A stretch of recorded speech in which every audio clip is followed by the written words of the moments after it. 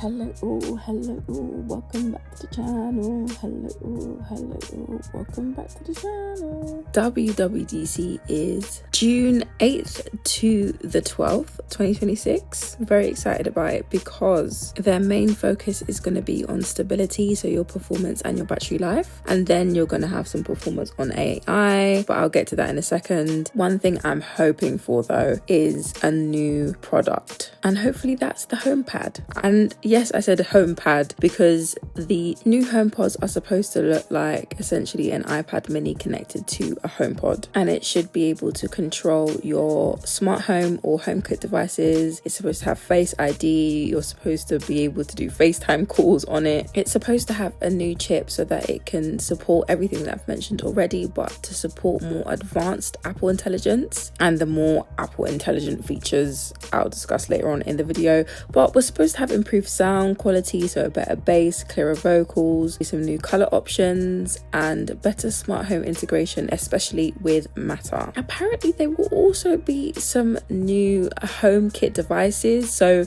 security cameras, doorbells that work with Face ID. The security is supposed to be a lot better across iOS 27. But let me talk to you about Apple Intelligence now. Every year we hear about more Apple Intelligence features, but apparently this is the year. So we'll have deeper integration across messages, so your auto replies, your summaries, especially in your mail, smart sorting, rewriting emails, summarizing those emails in your notes app, so you'll have AI generated summaries. Apparently there's going to be an improved keyboard, so your autocorrect is going to be much smoother, and it will also give you suggestions to alternative words to use, similar to how Grammarly works at the moment, using most instead of more, or more is I don't know, but you know what I mean, right? Siri is going to get redesigned. Currently how Siri works at the moment, your whole screen lights up around the edges, but apparently Siri might be moving to your dynamic island.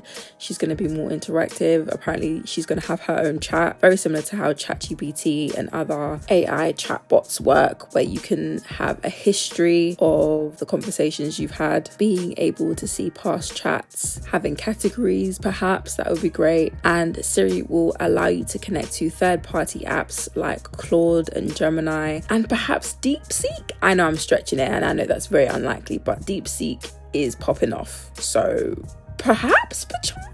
And apparently there's going to be a global toggle for the liquid glass intensity, so you'll be able to lower or heighten the effects of liquid glass across your whole device. I know a lot of people hated it, so lots of people are going to love this option if it does come. Now let's move on to macOS. I mean, I'm not sure what this new one is going to be called, possibly a beach in one of the states in America, I don't know, but apparently there's going to be tighter iPhone to Mac integration. I'm intrigued to see what that could possibly mean. And then there will be some AI tools inside apps like Safari, your notes and your mail, very similar to what I described earlier on, but just on your Mac, and possible productivity focused updates like split view, multitasking improvements. Hopefully that could also be brought down to the iPads as well, because currently when multitasking on your iPad, it uses a lot of battery power, which is annoying. In regards to WatchOS now, apparently there will be improved or the existence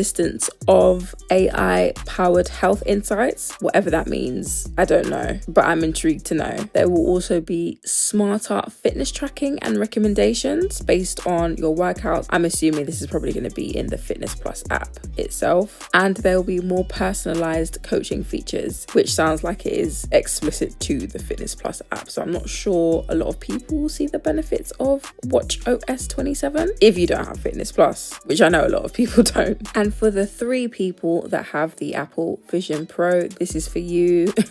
Apparently there will be more apps being brought to the Vision Pro, and there will be more developer tools so they can work their magic and enhance the apps currently on the Vision Pro. There will be better multitasking in spatial computing. I assumed you guys were already having a grand time there, but there's room for improvement, always room for improvement. And last but certainly not least, least, as you know, Apple has been pushing gaming on, well, not even on your Mac, but just in general, on your iPad, on your iPhone, everywhere, but mainly on your Mac, let's be honest. So Apple has been quietly investing in gaming, so you could see better controller support, AAA game announcements, and improvements to Metal, which is their graphics engine. Even if Apple does all of the improvements, I still doubt that a lot of true gamers who have their PC setups would move over to Mac to game. Maybe the people that game on their Mac, I don't think a lot of people do it unless you're playing like Sims 4 or Sims 3 or just Sims in general. I don't know. Gaming on a Mac is a very niche community in my opinion. I doubt a lot of people that currently have their Windows setups are going to move over to a Mac to game. I just don't see it happening in the near future, if I'm being honest. But that's your leaks, that's your rumors. Of course, none of these things are set in stone and things are bound to change in